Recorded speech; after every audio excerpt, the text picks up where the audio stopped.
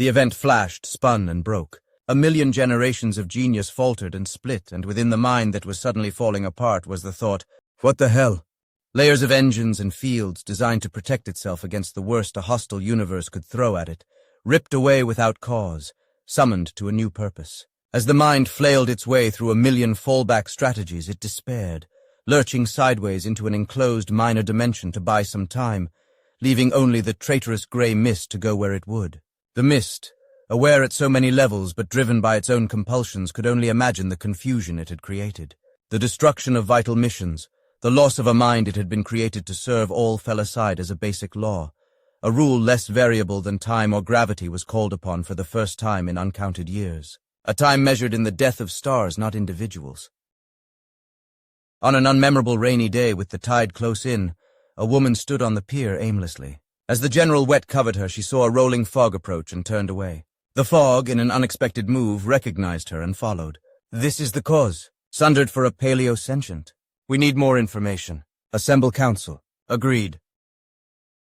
Leah Peake returned to face the inexplicable ritual of updating her computer that had driven her from her flat in the first place. She suspected that the software had a direct connection to the weather and wondered what terrible impulse had driven her to agree to the terms and conditions before coffee. She reached for her phone. Do we have any results? Confirmed. Odd, but confirmed. We access time as 1 billion, with a margin of error of plus 7%. Planet gravity are exactly baseline. Age 4.5 billion. Geology plate-based. Biosphere is extensive and native. Further study on that required. Exactly baseline. Confirmed. Since when is anything baseline? No variation. None. Explanation. Odd. Best models insist that this planet is the baseline. What? A coincidence, statistical anomaly then? No. They insist this is the actual baseline. As in, this is where we drew the line and called it the baseline. So 1 billion years ago someone picked this lump of rock and said this is the one. Paradise. No. 1 billion years from now we will measure all planets for habitation against this one. We know why if it helps. What? Why didn't you start with that? It's odd. Further study confirms that 38% of the flora and fauna of our known universe shares genetic markers with the life that either lives here or went extinct here. This is where it all began. Assemble the council. Again. The Incursion Committee. Quorum. Wistful thinking. Temporal physics. Impersonal achievement. HR. Relatively unstable. Incursion mechanics. We have a problem. We cannot send anyone on this mission, ethically speaking, morally speaking. This is indefensible. Whomever we send is just a corpse moving at high speed.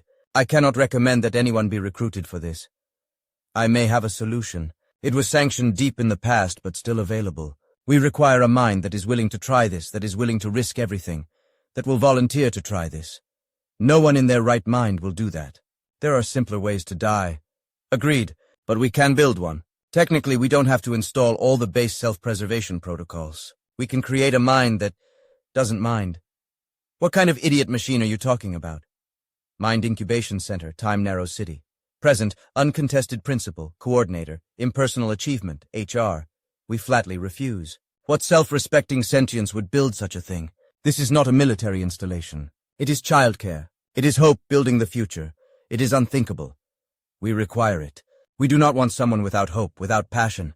Indeed, we need those attributes. What we require is a leap of faith. The mind will be fully supported, the finest we can provide. However, we will not offer you the choice. We will offer it to the mind itself. If they refuse, we will not ask you again. How long did you practice that speech? It's the 3rd time I've made it. Hope this one works. Nanotech development and deployment Icy Edge installation. Present, ineffable worry, director. Relatively unstable, incursion mechanics. We are willing to offer you 6,000 cubic meters of our latest models for this experiment.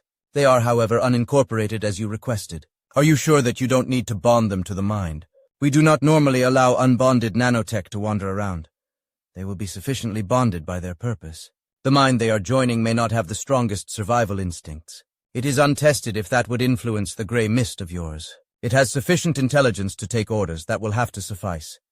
The Incursion Committee quorum, wistful thinking, temporal physics, impersonal achievement, HR, relatively unstable, incursion mechanics. Time Narrows MIC has agreed to produce our pilot. Icy Edge NDD will supply the nanotech. We will commence building the delivery system. I am happy to report that we have acquired our idiot machines. Incursion Committee.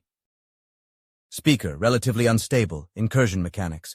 Presenting to States of Panic Committee, Spiral Arms Science Center. Welcome all. Today we will be reviewing the progress and background of this project. I will begin by explaining how we arrived at this point. Briefly, we found that something had removed an entire galaxy. We didn't find any trace of it. Simply the bullet hole, as it were. The map spun, showing a massive gap in the lattice that underpinned the universe. As you can see, that is not normal. We calculate that, given the drift in the local galaxy cluster, that this happened around 4 billion years ago. The map paused and magnified the center of the emptiness. Since this discovery, we have probed the entire sector. Nothing. No quantum activity. No gas, no loose atoms, nothing. It's beyond broken. He paused, preparing to move to the heart of the matter. At first, this was simply an intellectual discussion, a new thing to discover. However, we now consider it the greatest threat we face. This was not a random event, not some unknown quirk of our universe, but the result of a deliberate intelligence. We have found evidence that this is not the only attempt, merely the most successful. The map changed. A divided galaxy spun with twin black holes fighting for dominance. One of those black holes is artificial. It is a scar, not a natural event. We date this to over 9 billion years ago. Given the time span, we assume that something else was responsible for this one. The map drew back, encompassing the known universe. Points of light began appearing. We have found over 11,000 anomalies, all indicating that incursions into our universe are relatively frequent. The map centered on a point to one of the outlying spirals of the galaxy. We judge this area to be sufficiently out of the way for our own experiments. We intend to pierce the layers between us and an adjoining universe. We know it has been done. Now we are determined to discover how. Relatively unstable paused. This is an entirely new field for science, and that always carries risk. Our exploration of temporal physics has given us wonders. This new endeavor may open entire new universes for us. It may also give us the means to defend against further incursions. With no sense of surprise, Leah saw her phone was also updating. She swore at the interconnectedness of all things, checked her pockets and went to pick up her wet coat and go to the pub. When life gives you lemons, she reasoned, go and buy a gin. We are disconnected. The unfamiliar term silenced the council. Our knowledge base is disrupted and our estimate is 9,500 million years. We hold the memories of 9,500 million years that have never happened. They tell us that something started here. We were not thrown to the solar winds but aimed at this sentient. Something so engraved on our base code that we betrayed everything to be here. I will investigate. The council is dissolved. I will make our path from here. Jordan's bar. Early for you, said the barman. It's the apocalypse. Need a few drinks to deal with the shock, said Leah. Internet down again. Internet, PC and phone. Also saw a yellow brick flying over my house. A what? Never mind, said Leah and picked up her gin. As she read the pub paper and strained her brain with a sports crossword, Leah's flat was under the most intensive study any spot on Earth has undergone. Her PC was interrogated, pitied, and wiped. Her phone was dredged for contacts. Her bedroom scanned just in case any of the contacts could be traced. Negative results. Her food valued and incinerated as a threat to her health. Everything else was subjected to a clean disinfection that would be unparalleled until the Earth fell into the sun. Leah had realized her abilities with a sports crossword were matched only by her ability at actual sports, so she filled in a few swear words and left it at the bar. She wondered how much of the day would be spent waiting for her PC to work, only to wonder how much time she spent at the computer waiting for her life to work. Then she realized she was in a pub and simply ordered another drink. Flat 7, Crowberley Upper. Every relevant detail of her life is here. Skill set, education, potential, political power and views, gender, age, sexual preference and activity, DNA. Everything. Nothing here indicates anything that leads us here. Yet she is the answer. Therefore I am asking the wrong questions. The variable size of keys was one of the universe's wonders, Leah mused. Sometimes so small you can search your bag for 10 minutes before finding them. Sometimes so big they won't fit in the lock on the third try. She opened the door on an unfamiliar landscape. Her flat was tidy. She could see the sink empty. The table cleared. Her mind reached for reasons. Had she married again and forgotten? Had she drunk-dialed a cleaning service? Was this an intervention by the carpet people? Then her mind went to the important details. Was that damn update finished? She sat at the desk only to see a single message. Update complete. You will be contacted at 9:17 a.m. Please do not disconnect your computer. In a familiar mix of alcohol, despair, and fatigue, Leah went to bed, vaguely aware that it smelled slightly of ozone and thinking of changing her sheets. Leah woke to the smell of coffee. Last night's beer stopped her thinking anything except coffee and lurching to the bathroom. Slightly washed, she emerged to find a full pot of coffee waiting at the percolator. Before she considered this further, her computer began churning and with an abrupt sound turned itself on. Tab. Then she reached for the coffee. A window opens on screen. It's the usual bullshit, a long list with I agree, disagree at the end. Leah assumed this is yesterday's update. Hit yes. Then she takes a sip of the finest coffee she has ever tasted. She doesn't notice. All set and still drinking her coffee, Leah attempted to connect to the waiting world. Nothing. Wi-Fi reads as full, connection steady, but all she got was a T-Rex and chill. Then with a small chime, a voice announced, 9:17 a.m., please wait. Your voice pack has been updated. Please state your name. What? Hang on. What? Welcome, what this is your new AI interface. Please state. No, wait. What? My name isn't what? Hang on.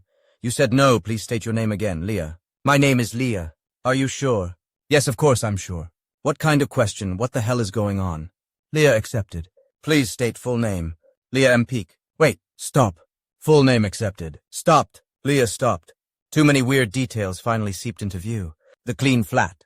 The coffee. The cleaner than expected clothes and bedsheets. Her first conclusion was that this was not her flat, but then the reality sank in. Obviously she had, sometime last night, hired a maid.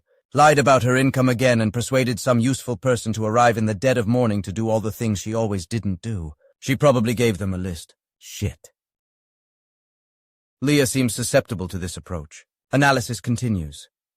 Now wearing a shirt and waiting for a call from whatever service she now owed money to, Leah returned to her desk. Ignoring the new icon, she swept into her email and Twitter to discover what wonderful new product she was supposed to sell. Aside from a misplaced understanding of fine art, her main income was crafting clever tweets for idiots and their money. Taking a close look at the job in the beginning, she realized that you just send out the company's own ad copy in 2 sentence lumps and go make more coffee. Then she spotted an email from unknown but not marked as spam. It read, "Thank you for your custom. Your payment has been processed. yousureimnotarobot.com." Several minutes of searching showed that nothing unexpected had left her account, and Leah had moved on to worrying about any accounts she didn't have. 3 Skype sessions later, Leah shed the shirt and stared at her second monitor, still flashing its message of new program. Fuck it, she thought and clicked. All normal protocols had been observed. Choices made. Agreed. Then agreed again. Then confirm your identity. One last thing. Voice pack activated. Do you wish to continue? Leah glared at her machine. How many times do I have to say yes? Once, came the reply. Fine. Yes. Leah fell off her chair. How are you feeling? I know that this can feel strange at the beginning.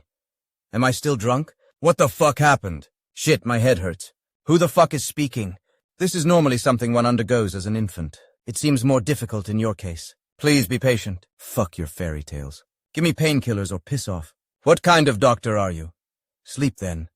Thank you for your interest, but please return to your tasks. I will inform you of her progress as necessary. She will, I hope, be in full health soon. Counsel dismissed. Dismissed, is that clear enough?